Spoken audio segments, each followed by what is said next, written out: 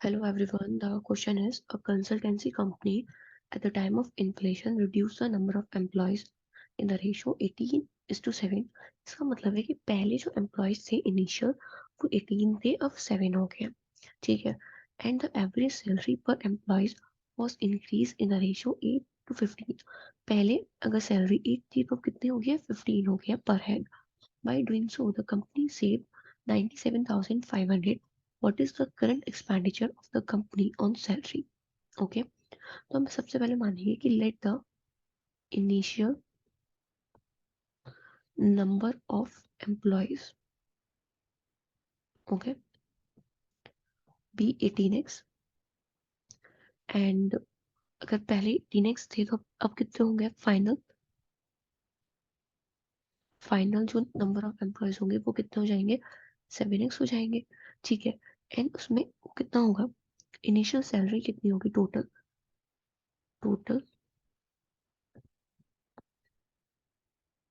Initial salary will be 18x into में 5 18x into में 8 क्योंकि इनिशियल सैलरी में इंक्रीमेंट इनिशियल सैलरी जो पर एवरेज सैलरी थी वो कितनी थी 8 थी तो यहाँ पे एवरेज गिवन है. ठीक है. जो एवरेज का फॉर्मूला होता है वो होता है सम upon the number of observation. ठीक है. हमें क्या निकालना है यहाँ पे टोटल इनिशियल सैलरी निकालनी है तो हम मल्टीप्लाई कर रहे हैं उसके एवरेज को नंबर ऑफ एम्प्लॉयज से. ठीक है.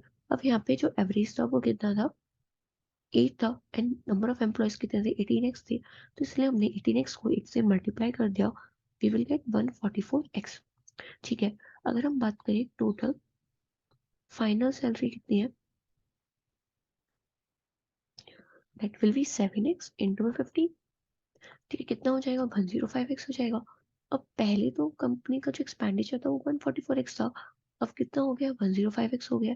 कितना कम हो गया 97,500 कम हो गया. तो हम इसको सब्ट्रैक्ट कर लेंगे 144x minus 105x is equals to 97,500. ठीक है. So it will become 39x is equals to 97,500. ठीक है. We will get x is equals to 2500. तो x की वैल्यू यहाँ से कितनी आ जाएगी 2500 आ जाएगा. इन पूछा है what is the current expenditure of the company. अगर हमें करंट एक्सपेंडिचर चाहिए करंट एक्सपेंडिचर इज 105x तो इट विल बी 105 इंटू में 2500. ठीक है. 0 25 5 से 125. ठीक है. And 25 1 25 that will be the 26250. It means 2,62,500 will be the current expenditure of the company on salary. Okay. I hope you understand the concept here. Thank you.